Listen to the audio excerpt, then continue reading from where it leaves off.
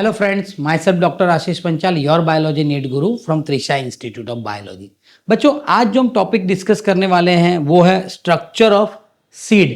Seed करके एक topic है बेटा आपका चैप्टर नंबर 1 में के, जिसका बेटा आपने बहुत सारी चीज़ें स्टैंडर्ड 11 में चैप्टर नंबर 5 में हमने बहुत कुछ पढ़ा हुआ है इसमें से। तो व्हाट इज सीड? सीड हम किसको बोलेंगे बेटा? तो seed is the final product of the sexual reproduction. जो बेटा सेक्सुअल रिप्रोडक्शन है उसका फाइनल प्रोडक्ट क्या है बेटा? सीड। तो seed is the final product of sexual reproduction बेटा। It's a final product of sexual reproduction. Seed are formed inside the fruit as a fertilized ovule. यानी बेटा जो ovule होता है, when ovule get fertilized, it is known as the seed. तो it is also known as the fertilized ovule भी बेटा हम उसको बोल सकते हैं। Okay? यानी seed is the final product of sexual reproduction. Seed are formed inside the fruit. fruit के अंदर होता है बेटा, और वो ovule get fertilized and it is converted into seed. It consists of seed coat, cotyledon and embryonic axis. तीन चीज होती है बेटा उसमें। क्या होता है? सीड कोट होता है, cotyledon होगा एंड एम्ब्रियोनिक एक्सिस। जो बेटा cotyledon है, cotyledon is the simple structure, generally thick and swollen होता है, और उसमें क्या होता है बेटा? Due to storage of the food reserve. यानी जो cotyledon होता है बेटा वो क्या करता है? फूड स्टोर करता है। क्या करता है बेटा? cotyledon फूड स्टोर करता है। It is help to storage of food. ये कौन करेगा बेटा? cotyledon, as in the legume plant में आपको पता हो तो बेटा। ओके, तो cotyledon जो है बेटा, it is the cotyledon। cotyledon क्या करता है बेटा? Store the food. तो अगर कोई भी सीड है बेटा, तो सीड में मेनली तीन पार्ट होते हैं, seed coat, cotyledon and embryonic axis. जो cotyledon है बेटा वो सिंपल स्ट्रक्चर है, जनरली वो स्वॉलन हो जाता है due to storage of food. अब बेटा सीड दो टाइप के हैं, albuminous seed, non albuminous seed. Now what are the difference between albuminous and the non albuminous seed? तो हमने बेटा ऑलरेडी आगे पढ़ा था endospermic seed and the non endospermic seed. आप अल्ब्यूमिनस को एंडोस्पर्मिक सीड भी बोल सकते हो, और नॉन अल्ब्यूमिनस को बेटा आप नॉन एंडोस्पर्मिक सीड भी बोल सकते हो। यानी ये एंडोस्पर्मिक सीड भी है और ये नॉन एंडोस्पर्मिक सीड भी बोल सकते हो। तो यहां पर बेटा देखो कि जो एंडोस्पर्मिक है उसको हम अल्ब्यूमिनस सीड बोलेंगे।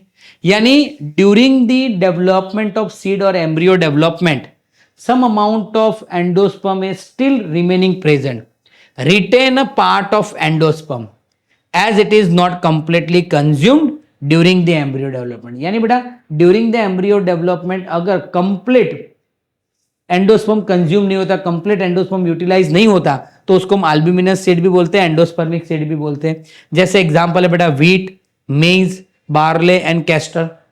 और नॉन अल्ब्यूमिनस और नॉन एंडोस्पर्मिक में क्या होगा बेटा? no residual endosperm as it is completely consumed during the embryo development। यानी बेटा ड्यूरिंग द एम्ब्रियोनिक डेवलपमेंट जो एंडोस्पर्म होता है कंप्लीटली कंज्यूम्ड हो जाता है, तो उसको हम नॉन अल्ब्यूमिनस सीड भी बोलते हैं। पी एंड ग्राउंड नट में बेटा, बीन में भी ऐसा होता है, यानी डाइकोट में मोस्टली क्या होता है बेटा? नॉन अल्ब्यूमिनस सीड होते हैं। फिर है बेटा पेरिस्पर्म। एग्जैक्टली पेरिस्पर्म क्या है बेटा? तो it is the residual persistent nucellus। यानी if the nucellus is persistent after the seed formation, तो उसका एग्जांपल है बेटा black pepper and the beet में बेटा ऐसा होता है। वन मोर एग्जांपल आपको देता हूं कि आपने पिस्ताचियो खाया होगा बेटा, तो पिस्ताचियो में जो हार्ड कवरिंग होता है जिसको हम खोल देते हैं बेटा, वो उसका सीड कोट है, फिर अंदर से सीड निकलता है। पर कई बार बेटा आपने ऐसा ऑब्जर्व भी किया होगा, वो पिस्ता के आसपास एक पेपरी लेयर होता है जिसको हम पेरिस्पर्म बोलते हैं। लीची जो है बेटा, जो रेड कलर का पार्ट है लीची में, वो उसका सीड कोट है। अंदर जो व्हाइट आप खाते हो बेटा वो पेरिस्पर्म है, वो बेटा न्यूसेलस है। क्लियर? अब मैं आपको एक चीज बता रहा हूं बेटा यहां पर ड्रॉ करके कि कौन से पार्ट में से क्या बनेगा। तो देखो ये पूरा एक स्टिग्मा, स्टाइल एंड ये बेटा ओवरी हो गया। ओवरी के अंदर ओव्यूल होगा, तो ये हम बना रहे हैं ओव्यूल।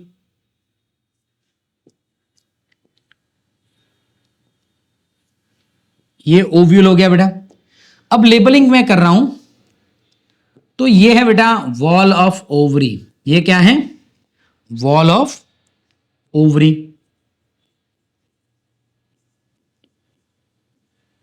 फिर ये है बेटा ओवरी।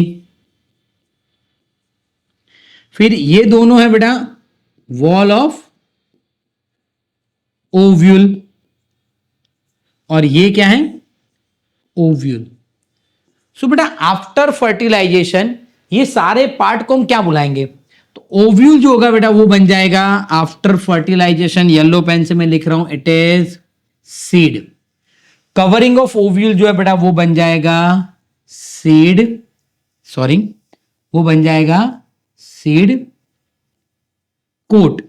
फिर ओवरी जो है बेटा वो बन जाएगा आपका फ्रूट, और जो वॉल ऑफ ओवरी है वो बन जाएगा बेटा आपका पेरिकार्प।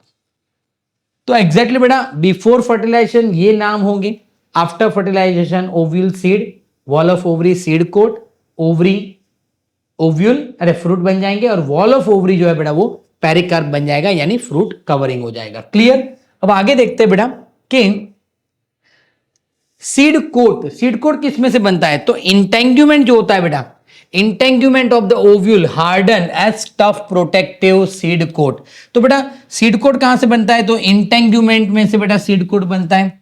जो इंटेंग्यूमेंट होता है बेटा, it is from the seed coat. बेटा इंटेंग्यूमेंट जो है वो सीड कोट बनाएगा बेटा। ओके, फिर माइक्रोपाइल क्या है बेटा? तो माइक्रोपाइल हम सबको पता है बेटा, ये पार्ट है जो माइक्रोपाइल हम बोलते हैं, इसको हम माइक्रोपाइल बोलते हैं इसको हम माइक्रोपाइल।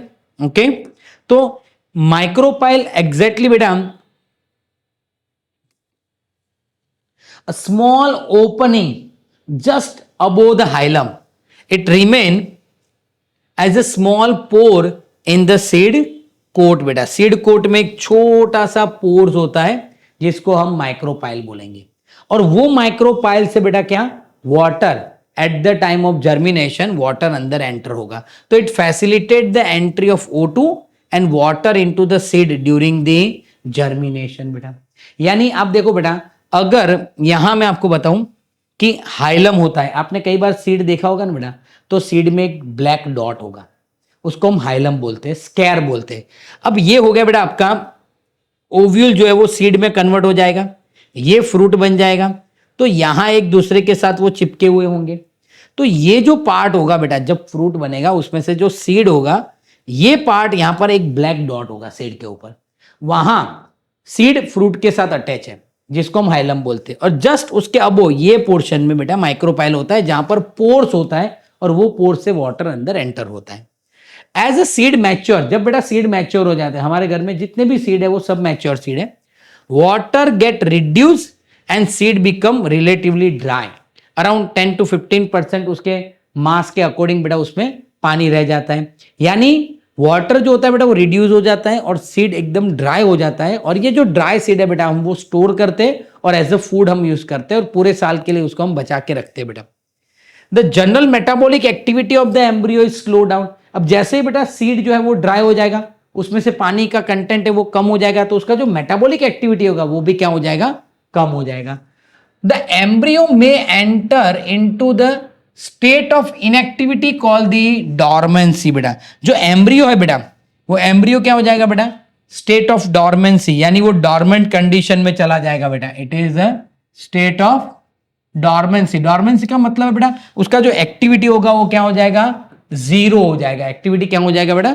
जीरो। मेटाबॉलिक जो प्रोसेस है वो जीरो हो जाएगा, इसलिए उसको हम बोलते हैं डॉर्मेंट कंडीशन। एग्जैक्टली जीरो नहीं, बट वो स्लो हो जाता है, एकदम स्लो हो जाता है, तो डॉर्मेंट कंडीशन बोलते हैं। पर अगर उसको हम फेवरेबल कंडीशन दें, if a favourable condition is given to that seed, the seed get germinate. Favourable condition में हम क्या देंगे बेटा? एडिक्वेट मॉइस्चर दे दो, आप ऑक्सीजन दे दो, और सुटेबल टेम्परेचर दो, तो इन कंडीशन में बेटा सीड जर्मिनेट होने लगेगा। आपके घर पे भी बेटा बहुत सारे सीड हो गए, पर आपको उसको आप पानी में डाल दो, आपको उसको वो एक वेट क्लॉथ के अंदर पैक करके रख दो तो 2 दिन में बेटा उसमें से स्प्राउटिंग निकल आता है, वो स्प्राउट करने लगता है। तो ये सारी चीजें क्यों होती है? क्योंकि हमने उसको फेवरेबल कंडीशन दिया। जैसे ही फेवरेबल कंडीशन देंगे उसमें वाटर कंटेंट बढ़ेगा, वाटर कंटेंट बढ़ेगा, उसका मेटाबॉलिक एक्टिविटी बढ़ जाएगा, और जब बेटा उसका मेटाबॉलिक एक्टिविटी बढ़ेगा तो क्या होगा बेटा? वो फेवरेबल कंडीशन में आ जाएगा तो वो स्प्राउटिंग करेगा। Transformation of ovule into the seed and ovary into the fruit, दोनों बेटा साइमल्टेनियस प्रोसेस है, एक दूसरे के साथ चलने वाला प्रोसेस है। यानी जब सीड फॉर्मेशन होगा उसी टाइम पे ही बेटा फ्रूट फॉर्मेशन होगा, यानी दोनों एक दूसरे के साथ, यानी साइमल्टेनियस चलने वाला प्रोसेस है बेटा। ओके, फिर आगे देखते हैं बेटा कि फ्रूट की बात करते हैं। तो फ्रूट क्या है? कि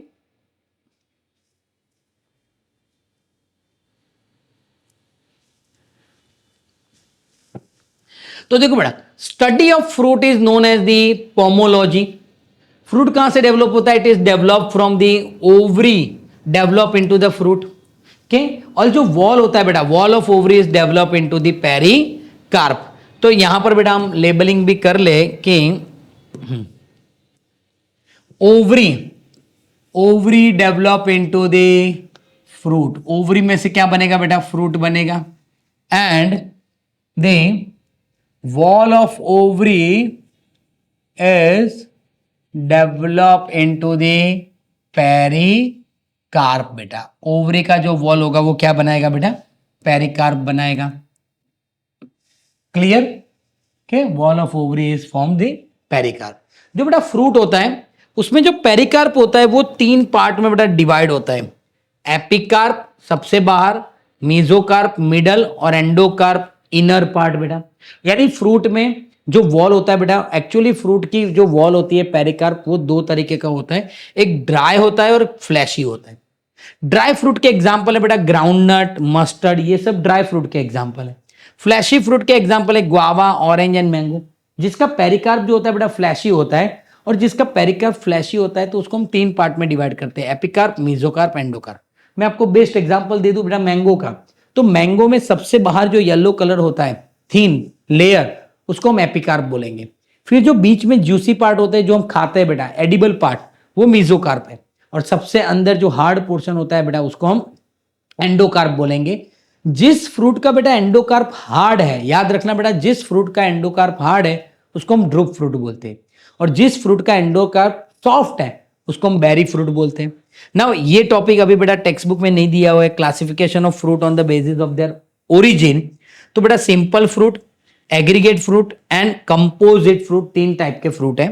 पहले हम सिंपल फ्रूट की बात करें तो मोनोकार्पेलरी ओवरी में से अराइज होगा, और अगर मल्टीकार्पेलरी ओवरी है तो सिंकार्पस होना जरूरी है, यानी सारे कार्पल्स फ्यूज होकर एक ही ओवरी बनाएंगे, तो अंदर सीड भी एक ही होगा। तो ये सिंपल फ्रूट हो गया। एग्रीगेट फ्रूट में बेटा मल्टीकार्पेलरी एंड एपोकार्पस ओवरी। आपको इसका एग्जांपल दे दूं तो बेटा कस्टर्ड एप्पल, हर एक ओवरी अलग अलग होगा। मल्टीकार्पेलरी तो है ही, पर हर एक ओवरी क्या होगा बेटा? एपोकार्पस, यानी ध्यान फ्री। तो उसमें से छोटे छोटे बहुत सारे सीड होंगे, यानी इसमें बेटा बहुत सारे ओवरी मिलकर एक फ्रूट बनाते हैं, यानी वो जो कस्टर्ड एप्पल है वो एग्रीगेट फ्रूट है। एंड बेटा कंपोजिट फ्रूट यानी complete inflorescence, example pineapple. Pineapple में देखो बेटा बीच में आपको थिक पार्ट मिलेगा, ये जो बीच में बेटा थिक पार्ट है उसके ऊपर फ्लावर होते हैं, यहां सब जगह फ्लावर होंगे। अब पाइनएप्पल में क्या होता है बेटा, ये इन्फ्लोरेसेंस एंड सब फ्लावर मिलके एक पूरा पाइनएप्पल बनाते हैं बेटा, एक पूरा पाइनएप्पल बनाते हैं, यानी उसमें पूरा इन्फ्लोरेसेंस है वो फ्रूट में कन्वर्ट हो जाता है, तो उसको हम कंपोजिट फ्रूट बोलते हैं। और बहुत सारे अगर फ्रूटलेट कंबाइन होकर एक फ्रूट बनाता है तो उसको हम एग्रीगेट फ्रूट बोलते हैं। कस्टर्ड एप्पल इसमें आएगा, और सिंपल फ्रूट में तो बहुत सारे फ्रूट है बेटा। Now in some plant by the time of the fruit development other floral part is degenerate and they fall off. यानी बेटा बहुत सारे फ्रूट जब डेवलप होते हैं तब उसके अदर पार्ट जो होते हैं फ्लावर के, जैसे कि एंड्रोशियम, कैलिक्स, कोरोला, वो सब क्या हो जाते हैं बेटा? गिर जाते हैं। Classification based on the origin, कि बेटा अगर वो ट्रू फ्रूट है तो कहां से डेवलप होगा? It is develop from the ovary. Okay, fertilisation के बाद ओवरी कन्वर्ट हो जाएगी बेटा फ्रूट में। Example most of the fruit are true fruit. पर अगर बेटा फॉल्स फ्रूट है तो वो कहां से डेवलप हो रहा है? Thalamus contribute the formation of the fruit, यानी थैलेमस में से फ्रूट बनेगा, पर ये भी फर्टिलाइजेशन के बाद ही होगा बेटा। Example apple, strawberry and cashew. और पार्थेनोकार्पिक फ्रूट मतलब बेटा it is develop without fertilisation, example banana. बहुत सारे बेटा ऐसे हार्मोन है जैसे ऑक्सिन हार्मोन है बेटा, it is help in the parthenocarpy of tomato, आपने 11th में भी पढ़ा होगा बेटा। तो ऐसे ऑक्सिन हार्मोन है जो बेटा पार्थेनोकार्पी के लिए रिस्पॉन्सिबल है और इससे बेटा सीडलेस फ्रूट मिलता है।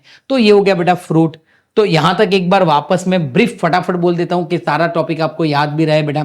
तो आपने देखा बेटा सीड क्या है, तो फर्टिलाइज ओव्यूल है, एल्ब्यूमिनस सीड होता है, नॉन एल्ब्यूमिनस सीड होता है, इसमें एंडोस्पर्म थोड़ा बहुत रह जाता है, इसमें एंडोस्पर्म नहीं रहता। एग्जाम्पल बेटा व्हीट, मेज, बार्ले, कैस्टर, यहाँ पर पी एंड द ग्राउंडनट है।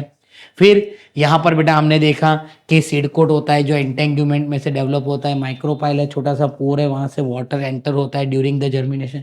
सीड ड्राई हो जाता है बेटा, जिसको हम एज अ फूड मटेरियल भी यूज करते हैं, ऐसे स्टोर भी कर सकते हैं, और उसको अगर हम फेवरेबल कंडीशन दे बेटा तो वो जर्मिनेट भी होगा।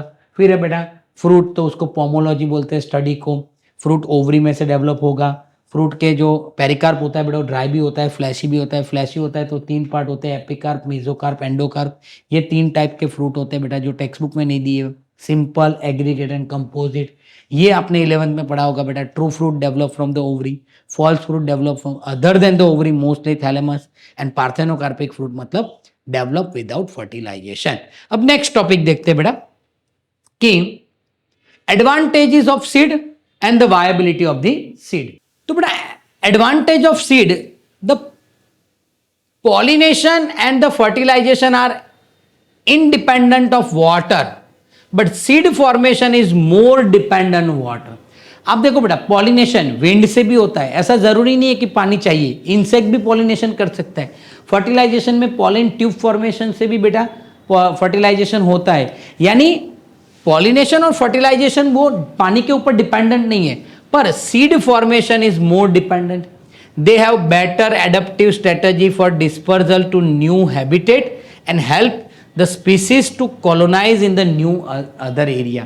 यानी बेटा सीड का एक बेटर एडेप्टेबल कैपेसिटी होता है, एडेप्टेशन होता है कि वो डिस्पर्सल होके एक नए एरिया में भी बेटा वो ग्रो कर सकते हैं। सफिशिएंट फूड रिजर्व्स होता है बेटा उसमें। Young seedling are nourish until they are capable of photosynthesis। अब बेटा कोई भी अगर सीड है बेटा, आपने उसको शो कर दिया जमीन के अंदर, तो उसमें से पहले रेडिकल निकलेगा, वो जमीन के अंदर जाएगा, फिर बेटा उसमें से प्लूम्यूल निकलेगा, और जब तक रेडिकल और प्लूम्यूल डेवलप हो रहा है बेटा, फिर प्लूम्यूल में प्रिमोर्डियल लीफ आता है, ये सीड है। यहां से प्लूम्यूल आया बेटा, फिर उसके ऊपर छोटे छोटे लीफ आते हैं। जब तक लीफ नहीं आते, जब तक ये लीफ फोटोसिंथेसिस नहीं करेंगे, तब तक बेटा ये सीड ही इसको न्यूट्रिशनल देता रहेगा। Hard seed coat provide the protection of the young embryo. यानी बेटा जो सीड कोट होता है वो यंग एम्ब्रियो को क्या करता है बेटा, प्रोटेक्शन देता है। They generate a new genetic combination lead to the variation. अब एक चीज है बेटा, जो सीड फॉर्मेशन होता है ना बेटा, वो सीड फॉर्मेशन फर्टिलाइजेशन से होता है, सेक्सुअल रिप्रोडक्शन से होता है, तो उसमें वेरिएशन आने के चांसेस ज्यादा है। Okay, and seed is the basis of our agriculture. अब देखो बेटा विदाउट सीड एग्रीकल्चर पॉसिबल ही नहीं है। Dehydration and the dormancy is a crucial for the storage of the seed. हमारे घर पे भी बेटा जितने भी सीड है उसको डिहाइड्रेटेड करते हैं। कई बार बेटा अपने घर पे देखा होगा कि मॉनसून के बाद हमारे मम्मी जो होती है या फिर ग्रैंड मदर जो होते हैं, वो लोग क्या करते हैं, घर में जितने भी सीरियल्स यानी गेहूं वगैरह हम पूरे साल का भर देते हैं, ये जो पल्सेस होते हैं वो सब भी हम स्टोर करके रखते हैं। तो मॉनसून के बाद अगर उसमें थोड़ा सा भी पानी आ जाता है तो वो सारे जो एक साल का हमने जो राशन भरा हुआ है वो बिगड़ जाता है। तो हमारे ग्रैंड पेरेंट्स, हमारी मम्मी, वो सब क्या करते हैं, उसको छत पे जाके बहला देते हैं और उसको धूप देते हैं, क्योंकि जितना भी मॉइस्चर है वो उसमें से निकल जाए। तो बेटा dehydration and dormancy is a crucial for the storage of seed, use for the food throughout the year, also to raise the crop in the next year. यानी बेटा वो हम पूरे साल तक उसको एज अ फूड यूज कर सकते हैं और वही चीज से हम नेक्स्ट ईयर नया क्रॉप भी बेटा प्रोडक्शन कर सकते हैं। अब है बेटा वायबिलिटी ऑफ द सीड, और how long do the seed remain alive after dispersal. एक बार सीड डिस्पर्स हो गया फिर कितने टाइम तक वो अलाइव रहेगा बेटा। Some seed lose the viability within few month, यानी ऐसे भी सीड है बेटा जो फ्यू मंथ में उसका वायबिलिटी लॉस कर देते हैं। Some seed remain alive for the hundreds of year. अब यहां दो एग्जांपल है बेटा, जैसे ओल्डेस्ट, सबसे ओल्डेस्ट एक सीड है बेटा, यहां पर मैं इसको लेबलिंग करता हूं, ओल्डेस्ट सीड नाम है बेटा उसका lupin, scientific name Lupinus arcticus, excavated from the Arctic tundra. और वो कितने साल पुराना है बेटा? आफ्टर 10,000 ईयर्स ऑफ डॉर्मेंसी के बाद भी बेटा वो जर्मिनेट हुआ। ओके, यानी ओल्डेस्ट सीड बेटा lupin, Lupinus arcticus, excavated from the Arctic tundra में से बेटा उसको लिया है। Seed germinate and flowered after 10,000 years of dormancy, यानी 10,000 साल पुराना सीड है बेटा, फिर भी वो जर्मिनेट हुआ, उसमें से फ्लावर प्रोड्यूस हुए। दूसरा बेटा एग्जांपल है 2000 years old seed, it is also viable. Example is date palm, phoenix dactylifera बेटा उसका साइंटिफिक नेम है। डिस्कवर्ड कहां से हुआ बेटा? हेरोड, किंग हेरोड के डेड सी के पास से बेटा वो मिला। ओके, तो 2000 साल पुराना बेटा एक सीड है डेट पाम का, फोइनिक्स डेक्टिलीफेरा, तो वो भी बेटा 2000 साल के बाद वो जर्मिनेट हो रहा है। Some fruit contain a large number of seed, ऐसे बेटा ऐसे भी फूड होते हैं जिसमें बहुत सारे सीड होते हैं। जैसे एग्जांपल मैं आपको बताऊं कि ऑर्किड, जिसमें बहुत सारे सीड होते हैं बेटा। फिर दूसरा है बेटा ऑर्बैंक एंड स्ट्रीगा, उसमें भी बेटा बहुत सारे सीड होते हैं।